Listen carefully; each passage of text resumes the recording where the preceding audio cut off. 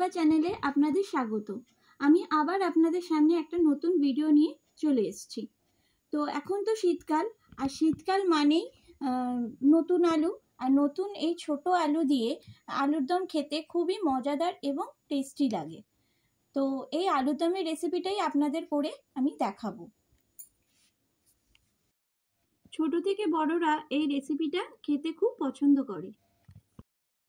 তো আমি এখানে 700-র মতো আলু নিয়েছি। তো এই আলুগুলোকে আমি প্রেসার কুকারে একটা সিটি দিয়ে সেদ্ধ করে নিয়েছি। তো এবার এই আলুগুলোর আমি খোলা ছাড়াবো। আলুগুলো সেদ্ধ করে নেওয়ার পর ওই আলুগুলোকে আমি কাঁটা চামচ বা টুথপিক দিয়ে ফুটো করে নেব। তো আমার কাছে কাঁটা চামচ ছিল না, তো আমি এমনি চামচ দিয়ে আলুগুলোকে একটু চিড়ে নিয়েছি। ওই আলুগুলোর মধ্যে হাফ চামচ নুন আর সামান্য একটুখানি হলুদ গুঁড়ো দিয়ে আমি আলুগুলোকে মাখিয়ে নেব।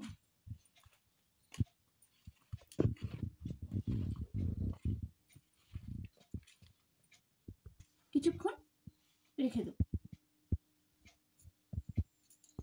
যেহেতু আলুর দমটা আমি নিরামিষ করব, তো আমার নিরামিষ আলুর দমের জন্য উপকরণ লাগবে, ফোড়নের জন্য লাগবে 2টো তেজপাতা, ছোট চামচের হাফ চামচ গোটা জিরে, 2টো শুকনো লঙ্কা, আর লাগবে হাফ চামচ হলুদ গুঁড়ো, হাফ চামচ জিরে গুঁড়ো, হাফ চামচ লঙ্কা গুঁড়ো, আর নুনটা আপনি আপনার পরিমাণ মতো দেবেন, যে যেরকম ঝাল খাবে।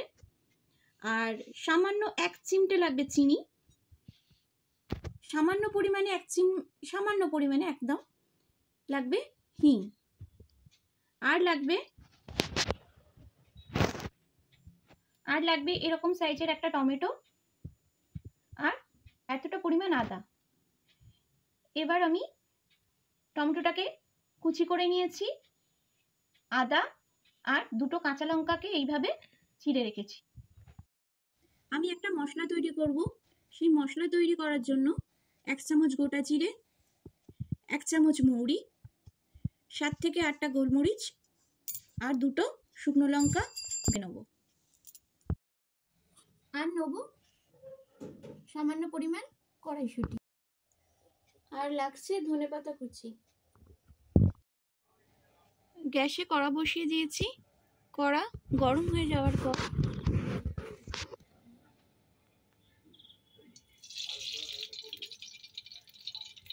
আমি সর্ষের তেল দিলাম। এবার তেল গরম হয়ে যাওয়ার পর আমি ওই নুন হলুদ মাখানো যে সেদ্ধ আলু ছিল, ওই আলুগুলো আমি কড়াতে দিয়ে দেবো।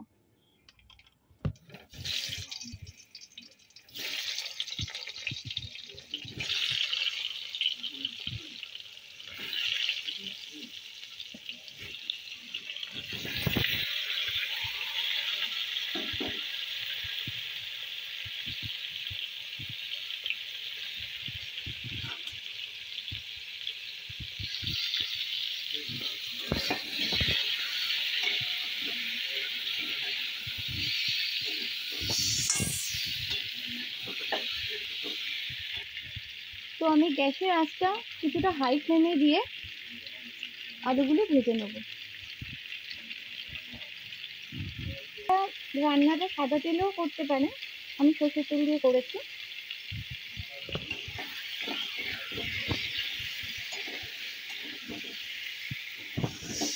আর গ্যাসটার আঁচটা হাই ফ্লেমে দিয়ে কিছুটা করে নেব।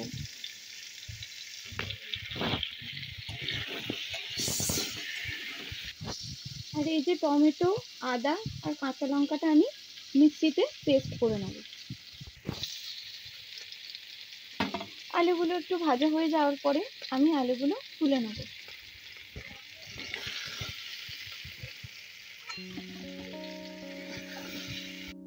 তেল দেবো।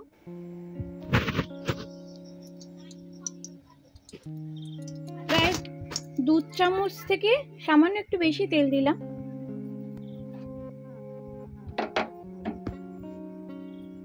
এবার এই তেলের মধ্যে আমি ফোড়ন দিচ্ছি। দুটো তেজপাতা,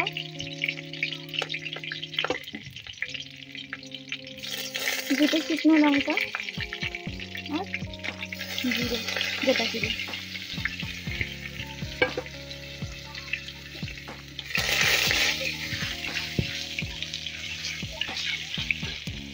আর ওই তেলের মধ্যে যে 1 চিমটে চিনি নিয়েছিলাম, এই চিনি দিলাম জাস্ট একটু লালচে রং আসার জন্য।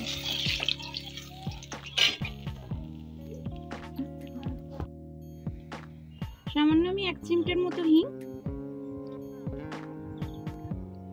আমি এই তেলের মধ্যে দিয়ে দেবো। যে পেস্টটি করলাম আমি টমেটো, আদা আর কাঁচা লঙ্কার, এই পেস্টটা এতে ঢেলে দেবো।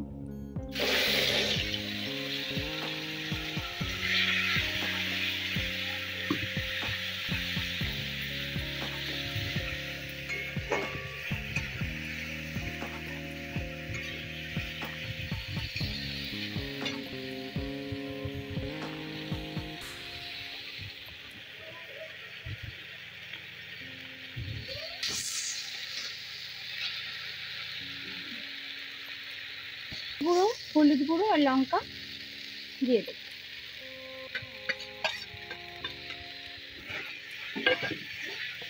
কড়াইশুঁটিগুলো দিয়ে দেবো।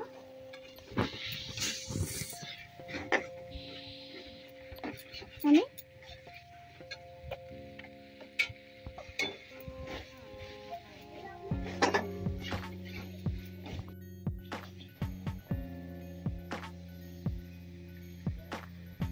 হাফ কাপের মতো জল দিয়ে দিলাম। এবার মশলাটা ফুটে যাওয়ার পর আমি এই ভাজা আলুগুলো দিয়ে দিলাম।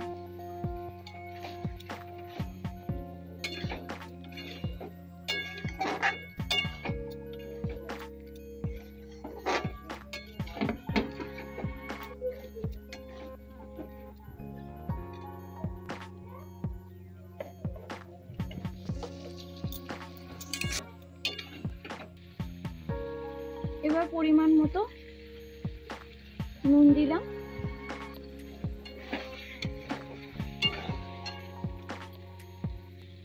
যেহেতু আমি আলুর দম সেদ্ধ আলুতে নুন হলুদ মাখিয়ে রেখেছিলাম, সেহেতু আমাকে নুনটা বুঝে দিতে হবে। আপনি আপনার পরিমাণ মতো নুনটা দেবেন। এবার আলুটা কষানো হয়ে যাওয়ার পরে আমি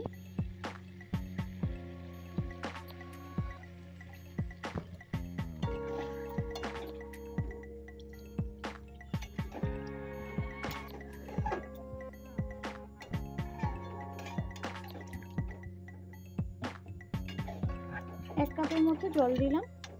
জল দিয়ে করে নিয়েছি, সেহেতু আলুর দমটা 10 মিনিটের মতো আমি করে নামিয়ে নেব।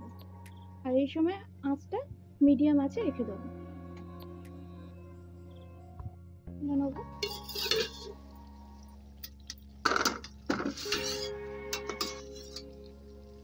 এবারে আমি যে ভাজা মশলাটা আমি আপনাদের দেখালাম, ওই ভাজা মশলাটা আমি এতে গুঁড়ো করে এই ছোট জারের মধ্যে রেখেছি। এবার ওই ভাজা মশলাটা আমি এই হাফ চামচের মতো দিয়ে দিলাম।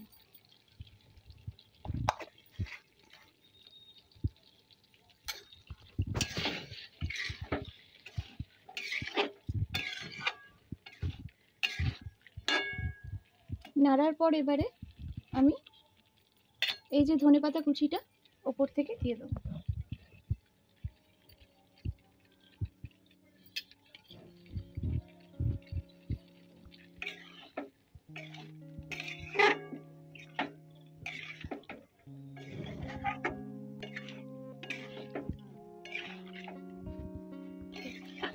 পরে যদি আলুর দমটা একটু শুকনো হয়ে যায়, আপনার যদি মনে হয় যে একটু সামান্য জল দেবেন, তো আপনি একটু জল দিতে পারেন। ধনে পাতাটা দিয়ে আমি নামিয়ে নেব। রান্নাটা আমার তৈরি হয়ে গেছে। আর এই রান্নাটি রুটি, পরোটা, নান, লুচি সবার সাথে খেতে খুব সুন্দর লাগবে। আর আমার এই রান্নাটা যদি আপনাদের ভালো লাগে তাহলে আপনারা লাইক, কমেন্ট আর শেয়ার আর সাবস্ক্রাইব করে দেবেন।